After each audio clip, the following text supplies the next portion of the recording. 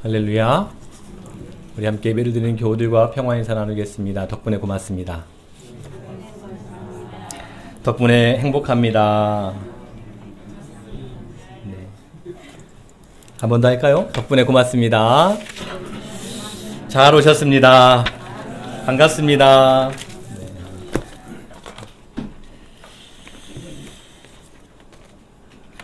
잘 오셨고 덕분에 행복합니다. 저는 요즘에 우리 구주 예수님을 생각할 때면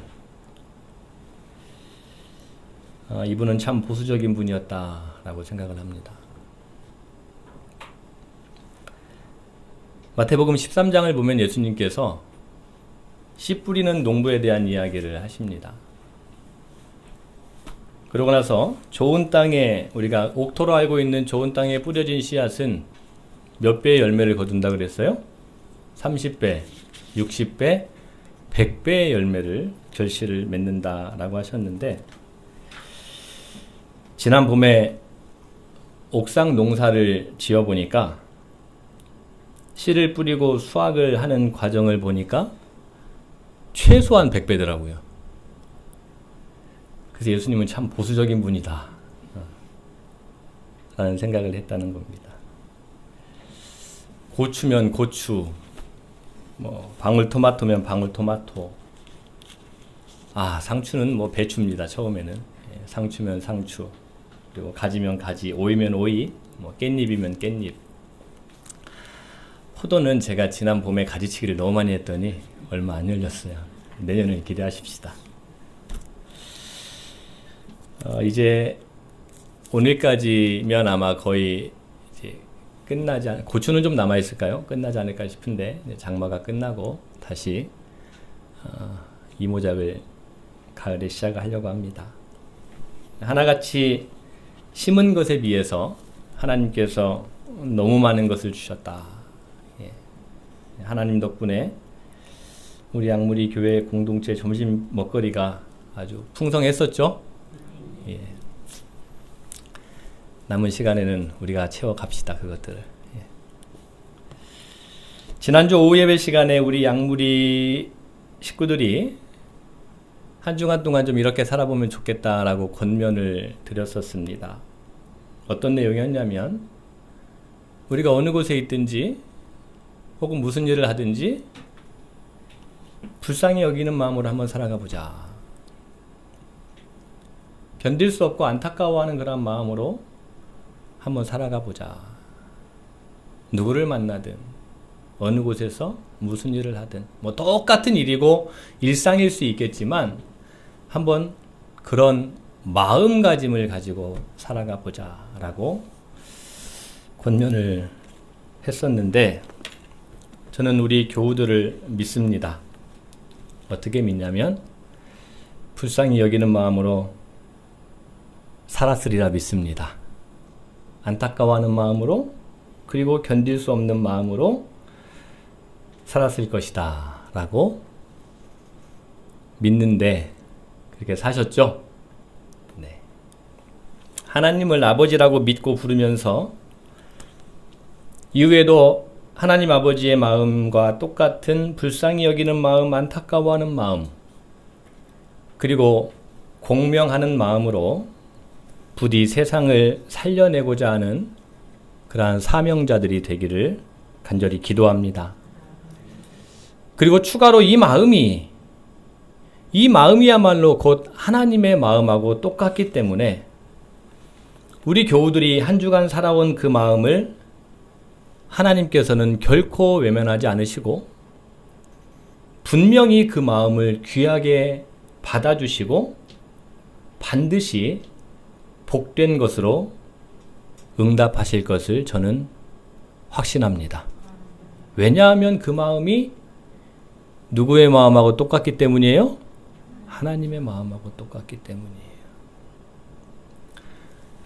우리가 자녀들에게 용돈을 많이 주든 적게 주든 좀 성인된 자녀들에게 저희 집도 집사람이 주는 것 같은데, 부모가 뜻하지 않게 혹은 부모가 지시하지 않게 얘가 아주 부모님을 감동시키는 어떤 일을 하면 주던 용돈을 빼앗고 싶을까요? 주던 용돈을 더블로 주고 싶을까요?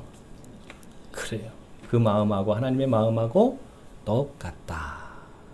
불쌍히 여기는 마음으로 견딜 수 없는 그 하나님의 마음으로 살아가면, 그렇게 몸부림치면 누가 되게 하신다? 하나님께서 되게 하신다. 그런 현장을 살아가는 저와 여러분이 되기를 간절히 축원합니다. 오늘은 성령 강림 후 10번째 주일인데요. 이 시간 우리의 복잡한 모든 것들을 내려놓고 하나님의 말씀을 우리의 가장 중심에 두는 시간이 되기를 바랍니다. 오늘도 서신서 말씀을 좀 중심으로 보려고 하는데 이 얘기부터 먼저 시작해 보려고 합니다. 요한복음 14장을 보면 예수님께서 제자들에게 매우 의미심장한 말씀을 하신 적이 있습니다. 뭐라 말씀하시냐면, 내가 진실로 진실로 너희에게 이르노니 나를 믿는 자는 내가 하는 일을 그도 할 것이요. 나를 믿는 자는 내가 하는 일을 그도 할 것이고, 그리고 또한 그것보다 큰 일도 하리니 라고 말씀하십니다.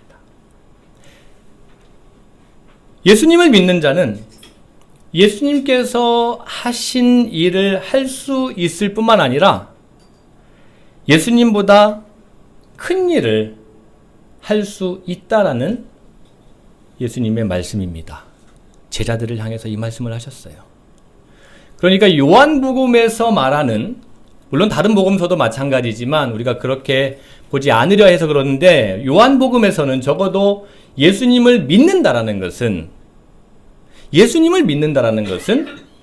예수님께서 하셨던 일이 무엇이었는지를 정확하게 알고 그리고 보혜사 성령님의 도움으로 자신도 예수님께서 하신 일을 행하긴 하는데 예수님보다 큰 일을 행하며 표대를 향해서 나아가는 것, 거기까지가 요한복음에서는 예수님을 믿는 믿음이라고 말하고 가르칩니다.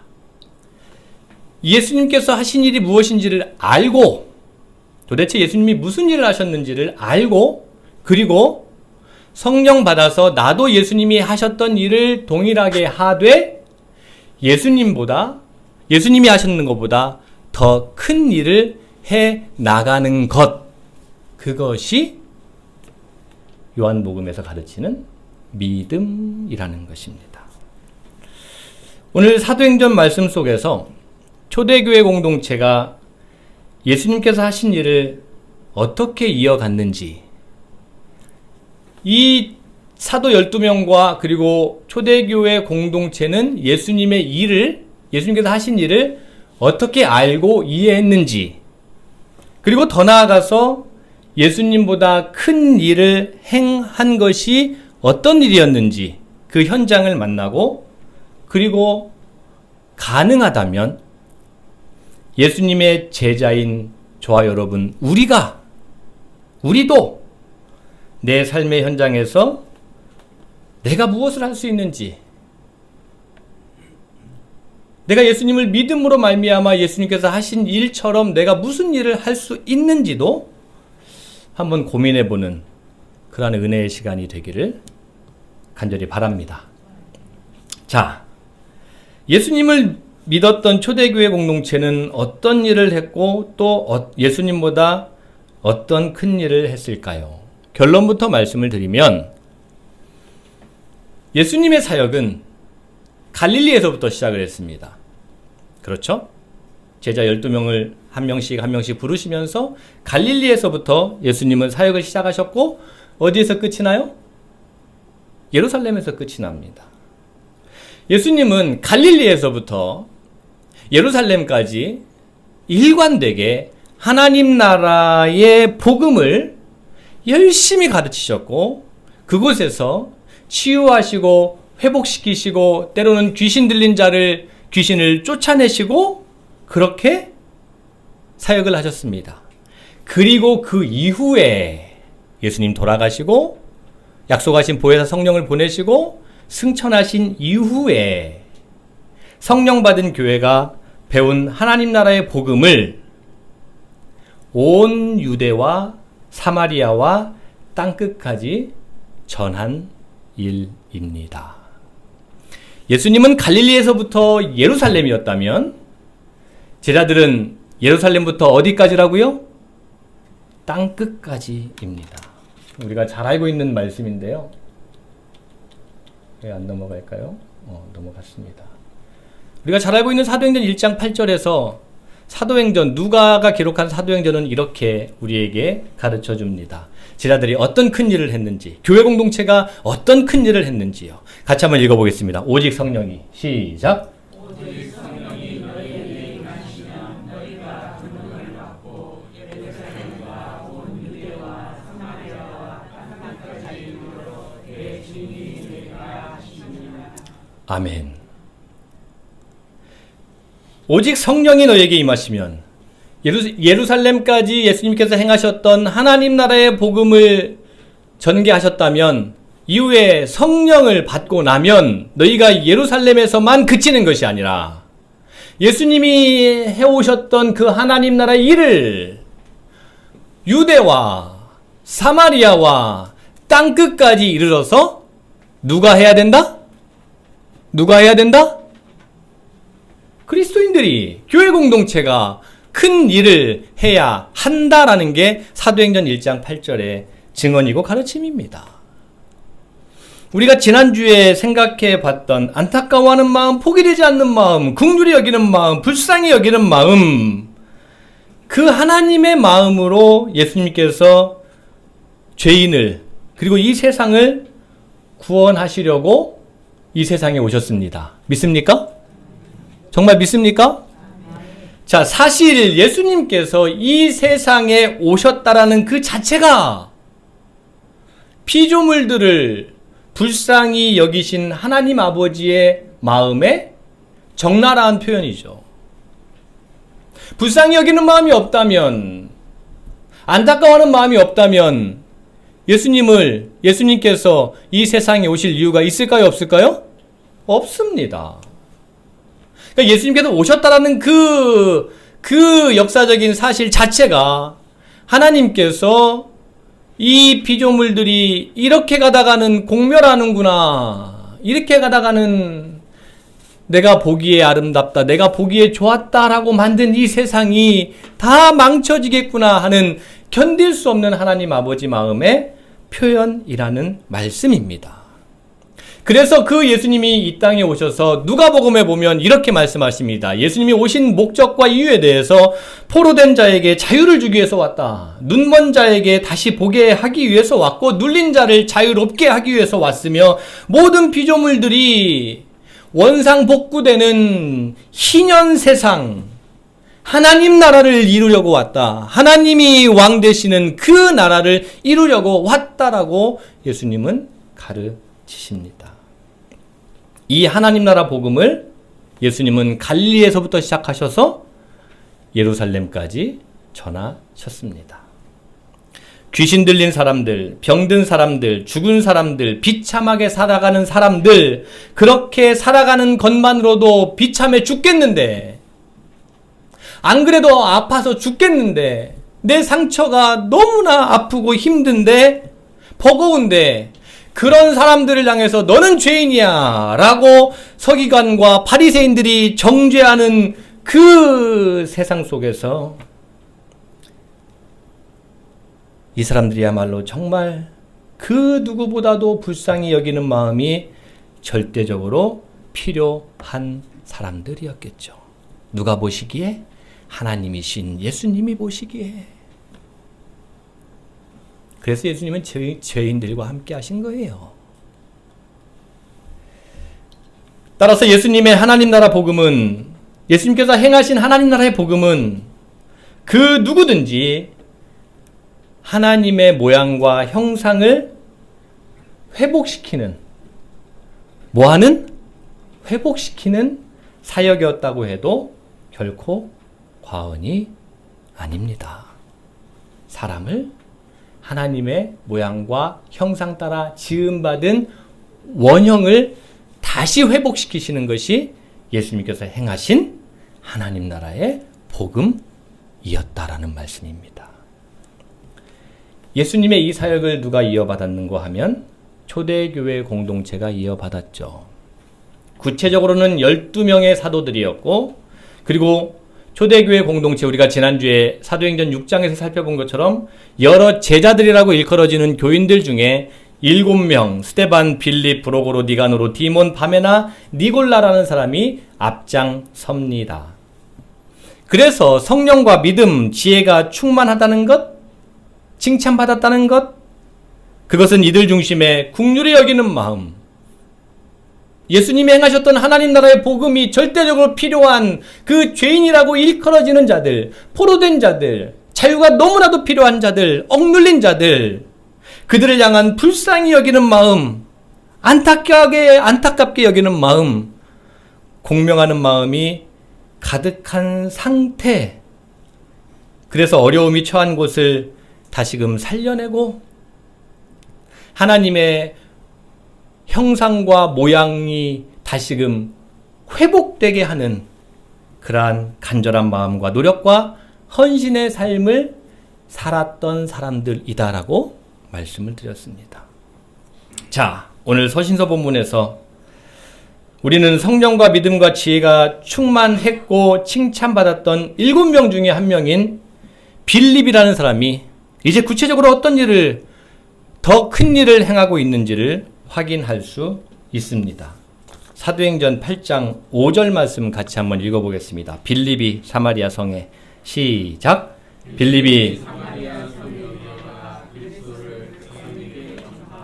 아멘. 빌립이 사마리아 성에 내려가서 그리스도를 백성에게 전파하니.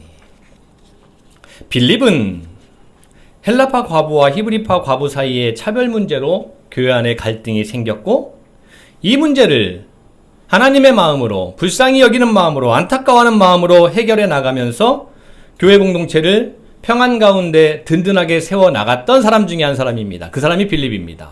그래서 그 사람을 성령이, 믿음이, 지혜가, 그리고 칭찬받은 사람이다라고 성경은 기록했다고 우리가 살펴보았죠. 그런데 오늘 말씀을 보면 빌립이 했던 일은 교회 공동체 안에서만 국한되지 않아요. 우리가 방금 5절에서 읽은 것처럼 빌립이 사마리아 성에 가서 그리스도를 전파했대요. 복음을 전했답니다. 사마리아 성에 가서 그리스도를 전해요. 빌립이 사마리아 성에 가서 예수님을 그리스도라고 전파했고, 그리고 그곳에 사는 사람들이 빌립의 말을 듣고 행하는 표적도 보고 한마음으로 빌립이 하는 말을 따랐다라는 게 오늘 사도행전의 증언이에요. 그렇다면 빌립은 단순히 교회 공동체 안에서의 봉사자나 조력자가 아니에요. 교회 공동체 안에서 살림만 하는 그런 사람들이 아니라고요. 많은 경우에 사도행전 6장을 가지고 목사들은 설교하고 나머지 집사들은 교회 살림을 본다라고 그렇게 구분짓는 경우들이 있는데, 말씀을 정확하게 보면 그렇지 않다는 거예요. 이들 나가서 복음을 전했습니다. 사마리아를 비롯해서 곳곳에서 직접 말씀을 전했고요, 가르쳤고요, 예수님께서 행하신 사역을 똑같이 이어간 사람들이었어요. 그러고 보면 7 안수받은 사람들 가운데 스데반이 있습니다. 우리가 교회 공동체의 최초의 순교자라고 얘기하는 이 스데반도 그의 행적이 뭐라고 기록되어 있냐면, 은혜와 권능이 충만했고 큰 기사와 표적을 민간에 행했고 아프리카나 이집트나 터키에서 온 사람들하고 회당에서 논쟁을 한 사람이래요. 히브리파 과부들하고 헬라파 과부들 교회 안에서 뒷도모하는 사람, 물론 그 일을 포함했겠지만 그것을 뛰어넘어서 변증가였다는 이야기입니다. 변증가였대요. 탁월한 사람입니다. 교회 공동체 안에서의 삶과 교회 공동체를 벗어난 삶이 똑같은 사람이었어요. 이 말은 7명의 사람들이 칭찬을 받았는데 교회 공동체 안에서뿐만 아니라 교회 공동체 밖에서도 칭찬을 받을 만한 인격의 소유자였다라는 이야기입니다. 하나님께서 중심을 보시는 것을 믿는 그리스도인들이란 예나 지금이나 겉과 속이 똑같아야 하는 사람들입니다. 한번 따라해 봅시다. 교회 안에서와 교회 밖에서의 내 모습은 어떠한가? 자, 다시 빌립의 이야기로 돌아옵시다. 지금 빌립이 복음을 전한 곳이 어디라 그랬어요? 사마리아입니다. 사마리아. 몇 차례 말씀을 드렸지만 유대인과 사마리아인의 이 원한은 그 역사적인 뿌리가 너무도 깊습니다. 우리나라도 분단되어 있죠. 네. 엊그제부터 프랑스 파리에서 올림픽이죠. 월드컵이 아니라 올림픽이죠. 근데 남과 북 선수들이 서로 인사도 안 한다라는 기사 내용을 보고 참 마음이 아팠어요. 근데 분단된 지 얼마나 됐어요? 동란 50년으로 치면 74년이고, 미 군정체제가 들어온 거는 1945년부터니까 얼추 한 80여 년 가까이 됐다고 볼 수 있겠죠. 그런데 또 남과 북은 이렇게 원수지간처럼 살아갑니다. 물론 그렇지 않은 경우도 많이 있지만, 예. 일부 예배 때도 그런 얘기 잠깐 말씀드렸지만, 지난 70년 내지 80년에 우리나라 정부, 역대 정부에서도 이 북풍을 적당하게 활용을 하죠.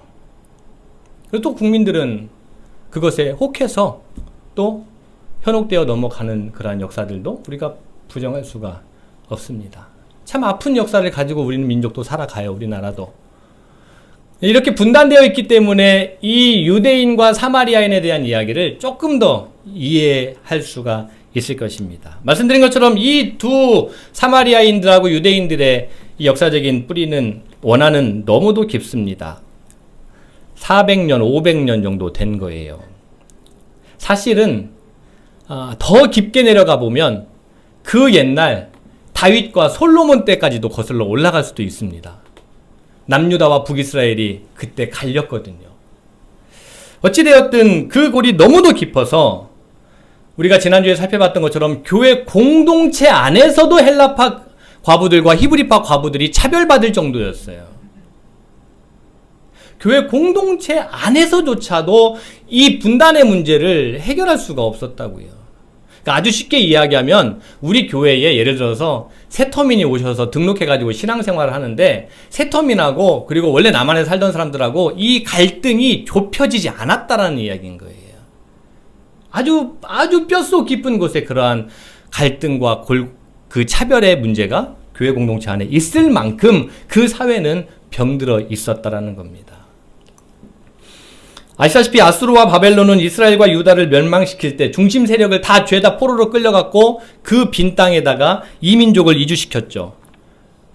그리고 남아있던 사람들은 자연스럽게 이방인하고 혼혈이 될 수밖에 없었습니다. 바벨론에서 고레스 칙령에 의해서 다시 귀환을 하죠. 그러고 나서 그 땅에서 혼혈되어 살아가는 사람들을 그때부터 포로되어서 돌아온 사람들은 경멸하기 시작합니다. 혼혈이 되었다는 이유로 각종 멸시와 천대를 하면서 멀리합니다.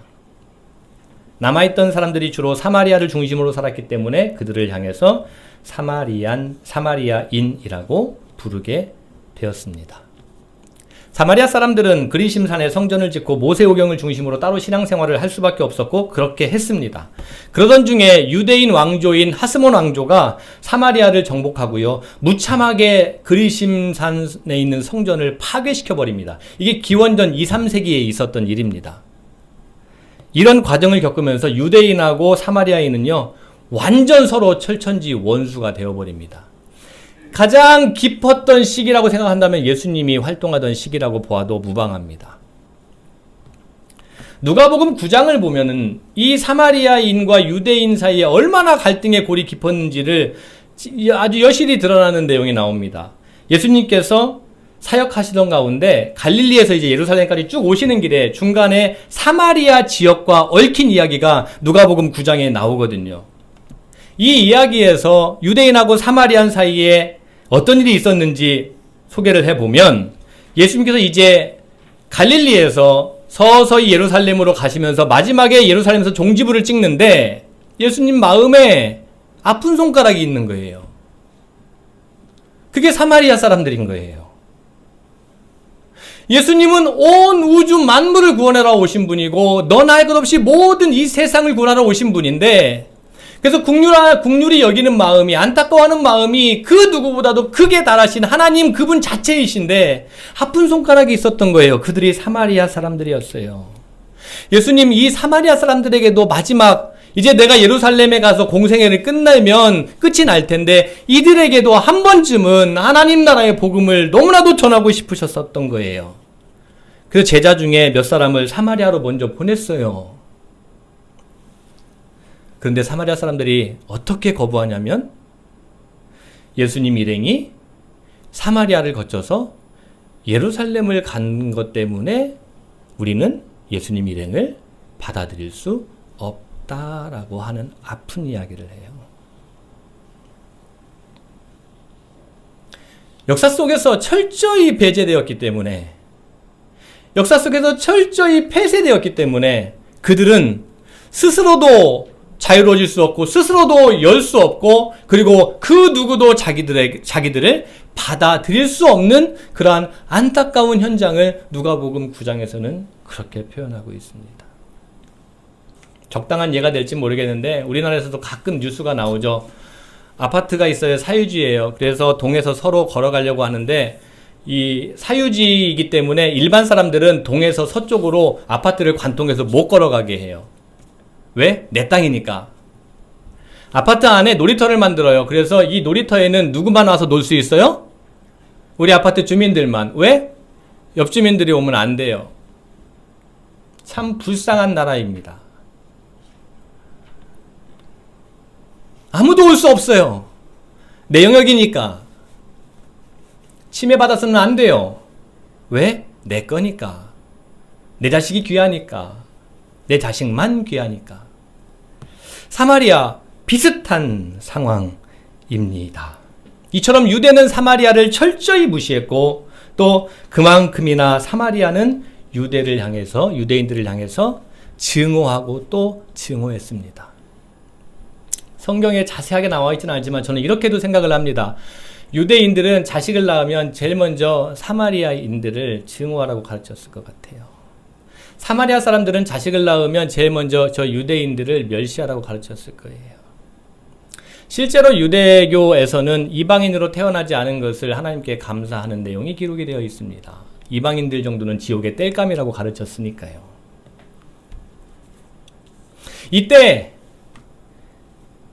예수님의 일행과 함께 있었던 야고보와 요한이 뭐라고 얘기하냐면 예수님, 그래도 예수님이 하나님의 아들이시고 국률이 여기는 마음으로 저곳에 가서 하나님 나라를 전하려고 하는데 저들이 저렇게 반대하지만 그래도 우리 한번 위험을 무릅쓰고 그럼에도 불구하고 저들의 마음의 문을 한번 두드려보고자 예수님 우리 힘내서 한번 가봅시다 라고 했으면 참 좋으련만 뭐라 이야기하냐면 예수님 저 사마리아 불바다 만들어 버릴까요?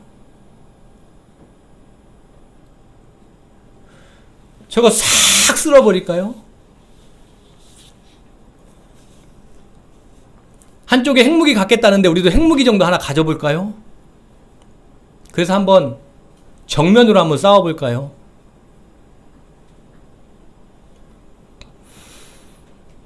오늘 말씀을 준비하면서 2000년 후에 사마리아와 유대인의 사회를 살아가고 있는 우리 한반도가 너무나도 사실 힘들었습니다.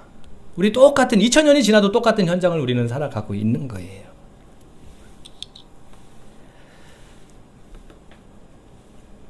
예수님은요, 그 제자들을 향해서 이렇게 이야기합니다. 마치 더러운 영 사단 마귀를 꾸짖듯이 제자들을 추상같이 꾸짖으십니다. 그 입 다물라.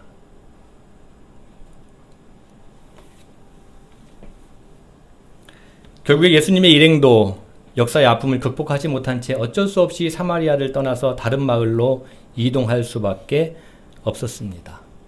예수님의 복음을 거부하면서 닿지 못했던 곳, 어쩌면 예수님의 12 제자들도 저주하면서 포기했던 곳, 사마리아는 그런 곳이었습니다. 그런데 그곳에 오늘 빌립이 갔다는 거예요.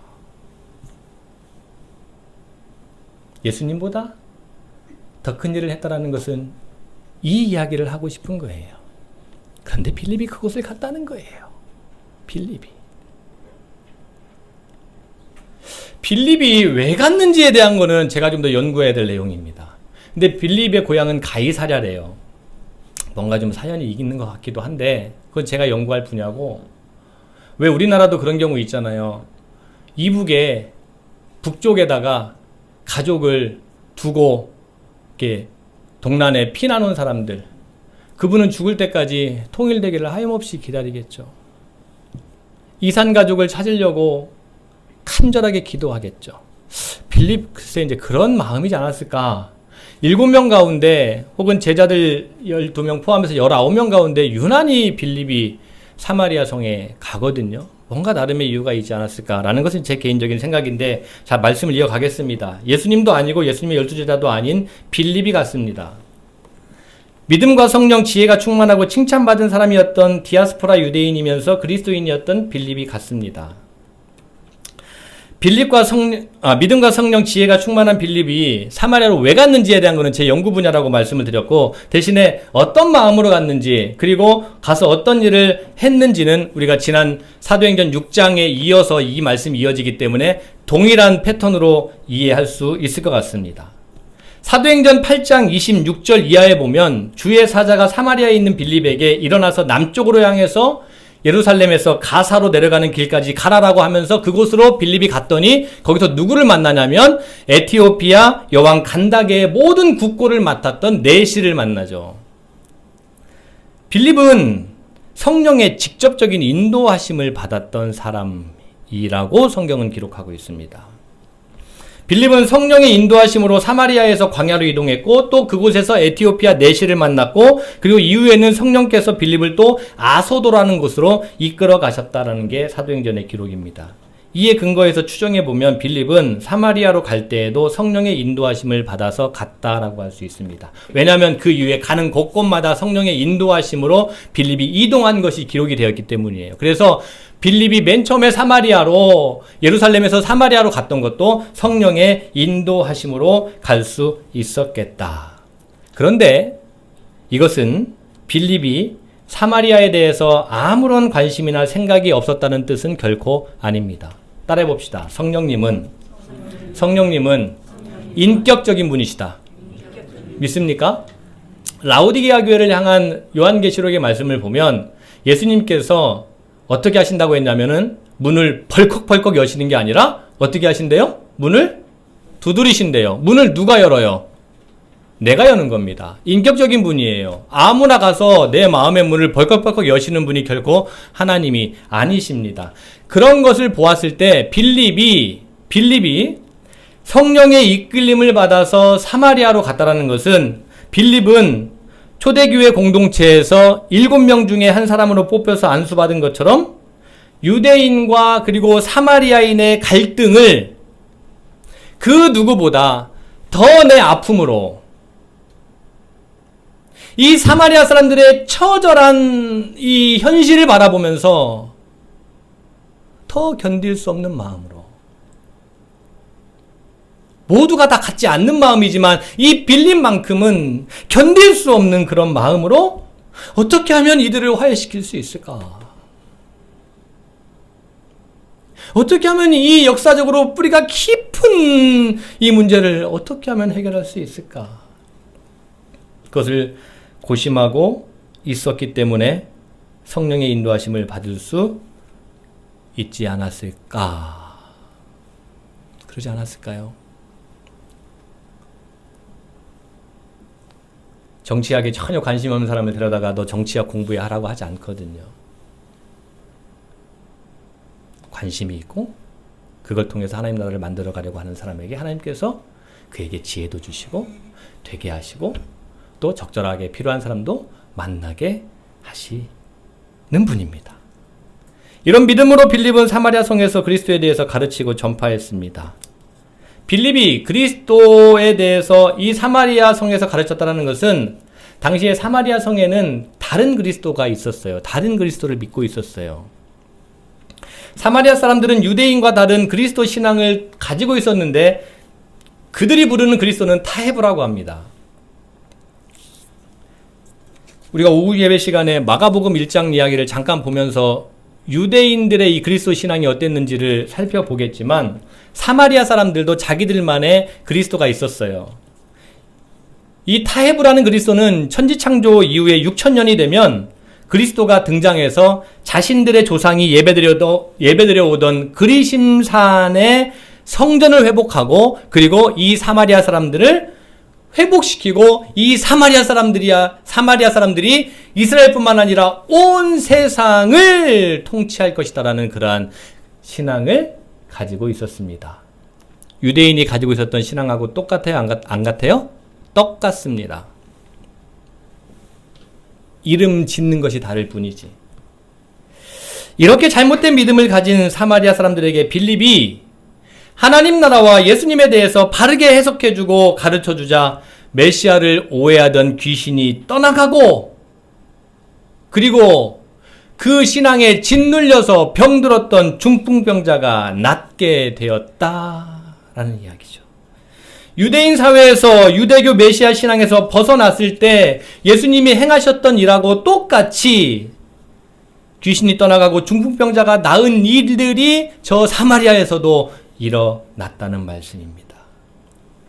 빌립이 사마리아에서 말씀을 가르치고 믿음을 바로 세웠을 때 비로소 이런 표적이 일어났죠. 그러면 이러한 표적은 왜 일어났을까요?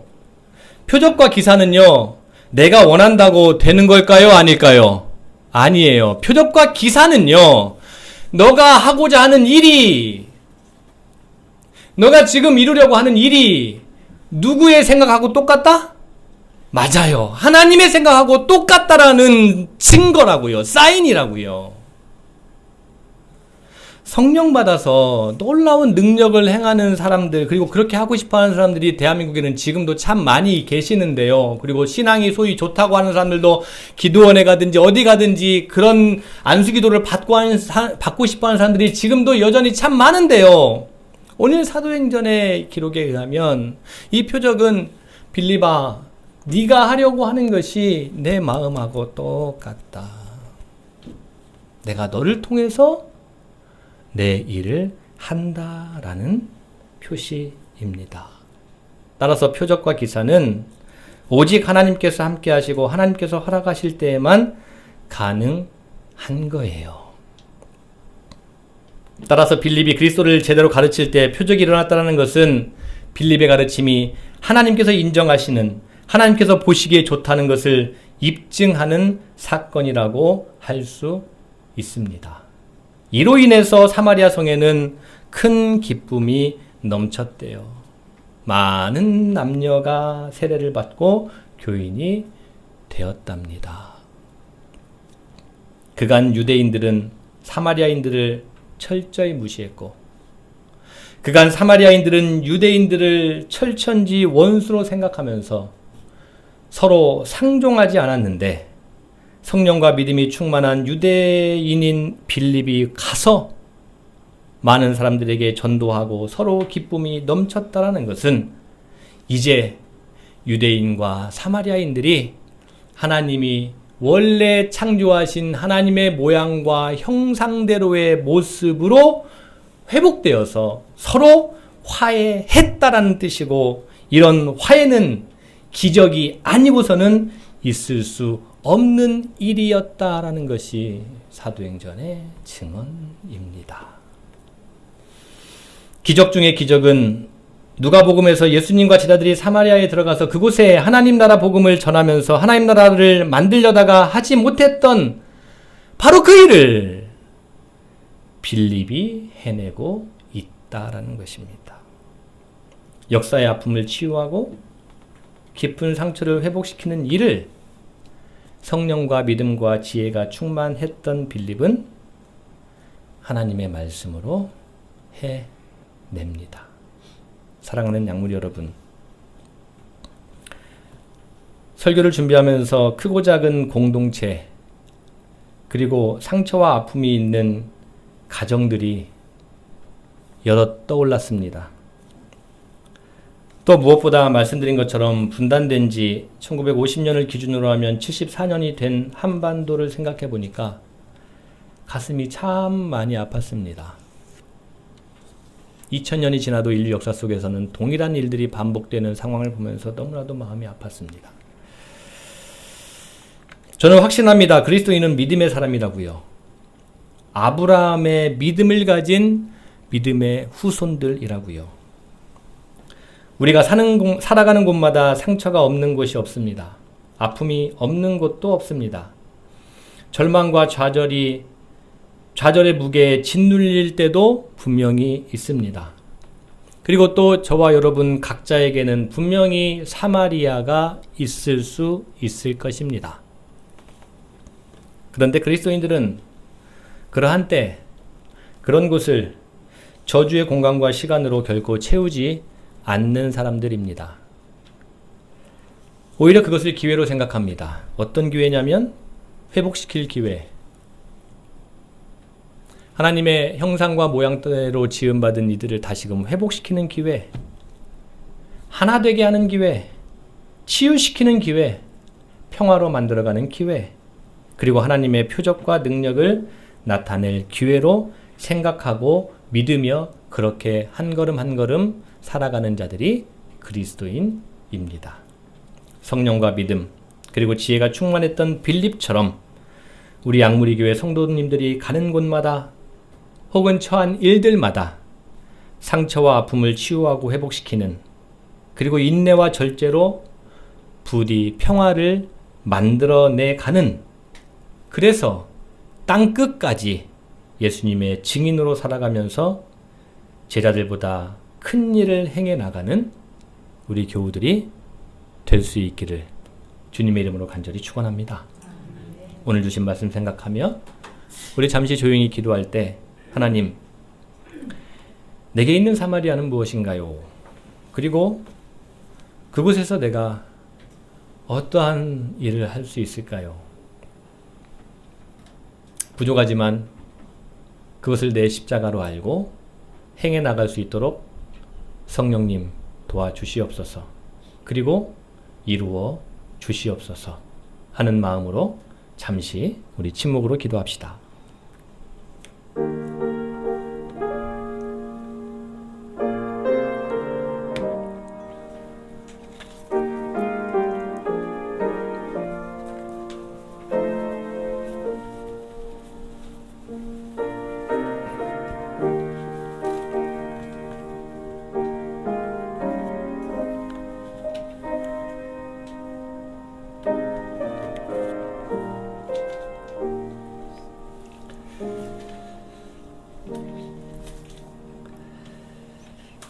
새로운 화해와 평화의 교훈으로 더러운 귀신들을 순종시키신 우리를 구원하신 예수님의 이름으로 기도하옵나이다. 아멘.